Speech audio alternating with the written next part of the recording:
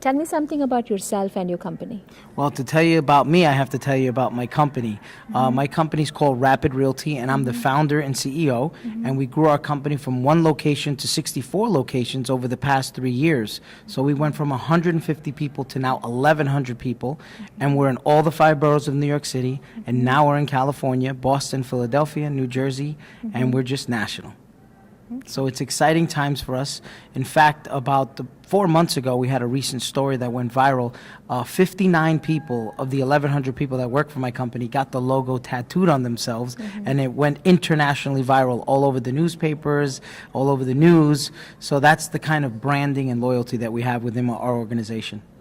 Yeah, I read about that too. Yes, yes, yes. And you know, I'm excited because we get to support a lot of charities. I'm doing a lot of philanthropy, not only myself, but also the organization. So we support about 27 different charities.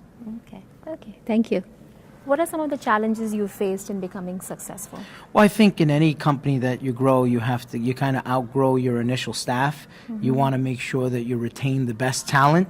Your company is like your baby, and you would only want the best babysitter. So when you're hiring employees, sometimes you don't want to go for nepotism or friends and family. You really want to just hire with excellence. So that's some of the challenges. And then also ourselves, you know, we were one operation to grow to so many different locations. You operate differently. So you have to know when to grow healthy. And you also have to know when you have to grow fast. We grew during the worst economy, so we knew that we needed to take advantage of the recession and the soft commercial market. So if we kind of rested on our laurels, so to speak, we wouldn't have been able to grow that fast. So we took advantage of the soft economy and the soft commercial market and grew. So you have to kind of, as Kenny Rogers says, you have to know when to hold them and know when to fold them. How would you guide other people who want to be successful like you? If you want to be successful, you have to surround yourself around success. As they say, your network is your net worth. So if you're around negative people, if you're around underachievers, if you're around mediocrity, you're not going to be successful. If you're the smartest person in your circle, change your circle. So the best advice I can give anyone is to look for positive people. If you don't have them around you, then you have to take a second look at who you are.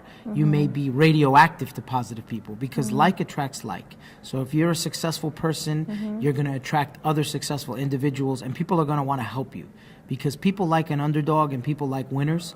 So you have to determine which one are you.